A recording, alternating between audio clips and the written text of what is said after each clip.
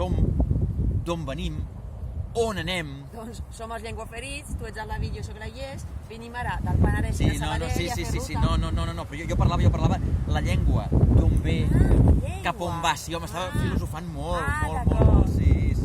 El català, no, en aquest cas? Sí. El català ve del llatí. Del llatí, sí, esclar.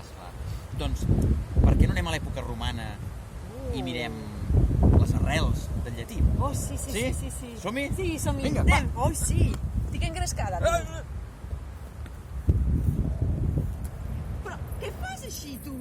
Jo? I tu, que t'has vist? Que anem de romans! Oh, de romans! Romans! Doncs escolta, ja que som aquí, anem a conquerir Tarragona! Romanus est. Romanus est, sí. No, Tarragona? Què has dit, Tarragona? Tarragona? No, Tarracó. Tarracó. Doncs res, anem cap a Tarracó. Som-hi, legionaris! Som-hi! Anem! Lingua damnati, arraone sumus! Arraone no, Tarracone sumus. Tarracone sumus. Sí. Doncs ja està, ara esperem que vingui algú a parlar-nos llatí. Sí.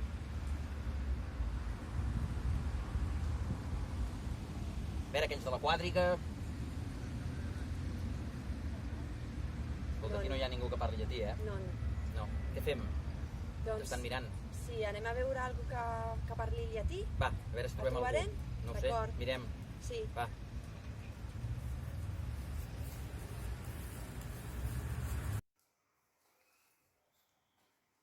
Bé, jo us intentaré explicar de forma molt resumida el pas del llatí al català.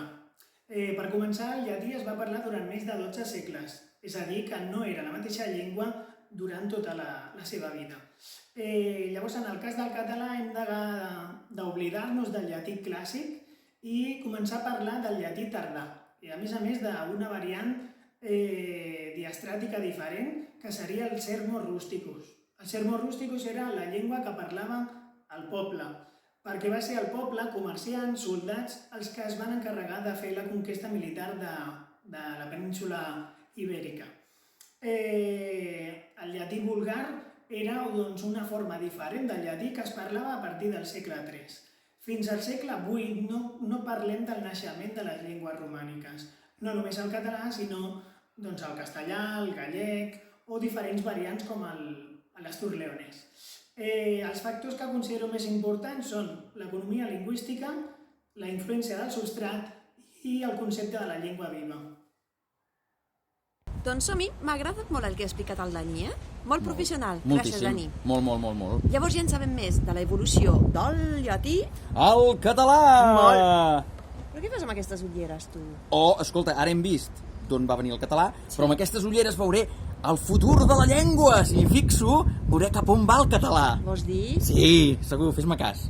D'acord, et faig cas per una banda, però proposo una altra estratègia. Anem a mirar una sociolingüista, només per completar la teva investigació. No dic que la teva no sigui fiable, però... A veure si en sap més i ens pot explicar cap on va la llengua. Sí. Va, d'acord. Però d'aquí Tarragona, Sí, de Tarragona, una de veritat, una persona de veritat. D'acord. Sí, som-hi, confies? Sí, confio. Som-hi. Doncs el català, de cara al futur, té una sèrie de fortaleses, però també té una sèrie d'amenaces i de debilitats. Entre les fortaleses hi ha el nombre de parlants de la llengua. Hi ha uns 4 milions de parlants inicials que la tenen com a primera llengua i, a més, hi ha moltes persones que l'han après al llarg de la seva vida, l'han adoptat i la fan servir en el seu dia a dia, són nous parlants, i en total fan del català una llengua amb una demografia d'uns 10 milions de parlants. I això, des d'aquest punt de vista, és una llengua mitjana.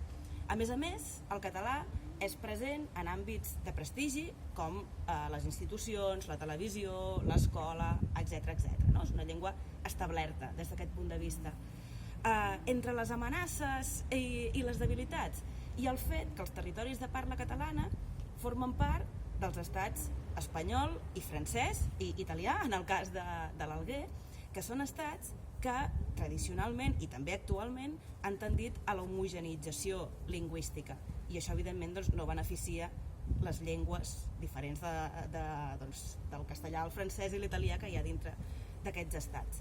I actualment també tenim una sèrie d'amenaces que són producte del model polític-econòmic de la globalització i del model econòmic que tenim, que afavoreix les llengües globals, justament les llengües dominants, i que, per exemple, doncs, clar, comporta que hi hagi molta mobilitat de la població i que aquí arribin doncs, un gran nombre de persones que quan arriben no saben el català. Potser l'acaben sabent en algun moment i, de fet, una part important l'acaben sabent, però no en el moment d'arribada. Llavors, no és tant de si som optimistes o pessimistes, no? De veure les coses en termes de blanc o negre, sinó de pensar què podem fer perquè el futur del català sigui bo amb les eines que tenim.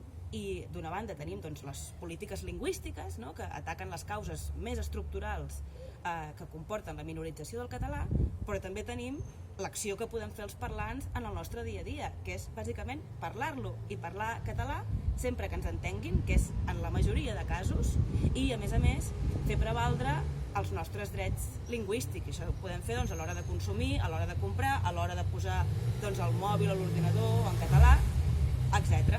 Ai, que bé, que m'ha agradat molt, anar a Tarragona. Molt. Bueno, Tagacó. Sí. I a part hem vist el passat del català, El passat. I amb la Marina. Sí. El futur, exacte. sí, el futur del català.